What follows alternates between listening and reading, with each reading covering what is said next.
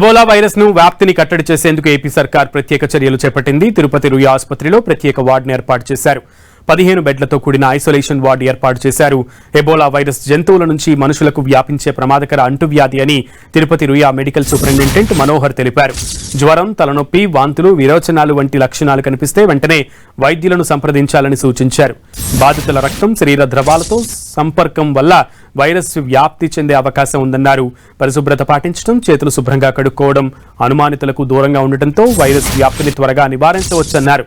సాధారణ జ్వరంకు చికిత్స చేసుకున్నట్లే ఎబోలాకు చికిత్స చేసుకోవచ్చని, ప్రజలు భయపడాల్సిన అవసరం లేదని వైద్యులు తెలిపారు.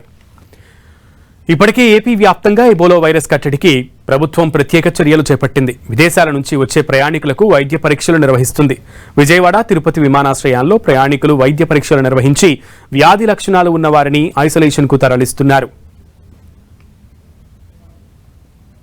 ఇంకా బ్యూటీ ఏంటంటే నెగటివ్ ప్రెషర్, అంటే పక్కనోడికి కూడా పోనీయకుండా ప్రొటెక్ట్ చేసే రూమ్స్ ఉన్నాయి మన దగ్గర.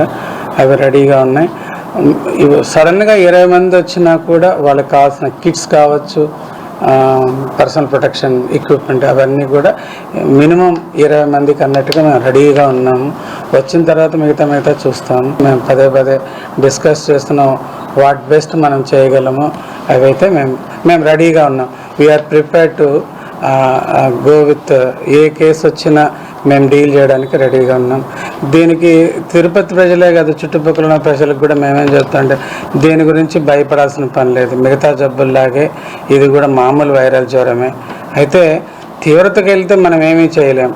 ముందుగానే ఐడెంటిఫై చేసి డాక్టర్ తులసి చెప్పినట్టుగా మనం కానీ మామూలు జ్వరం మందు, జలుబు మందు వాడుకుంటే, విటమిన్స్ కానీ తీసుకుంటే ఖచ్చితంగా మనకున్న ఇమ్యూనిటీ ద్వారా బాగా అవుతుంది. కాబట్టి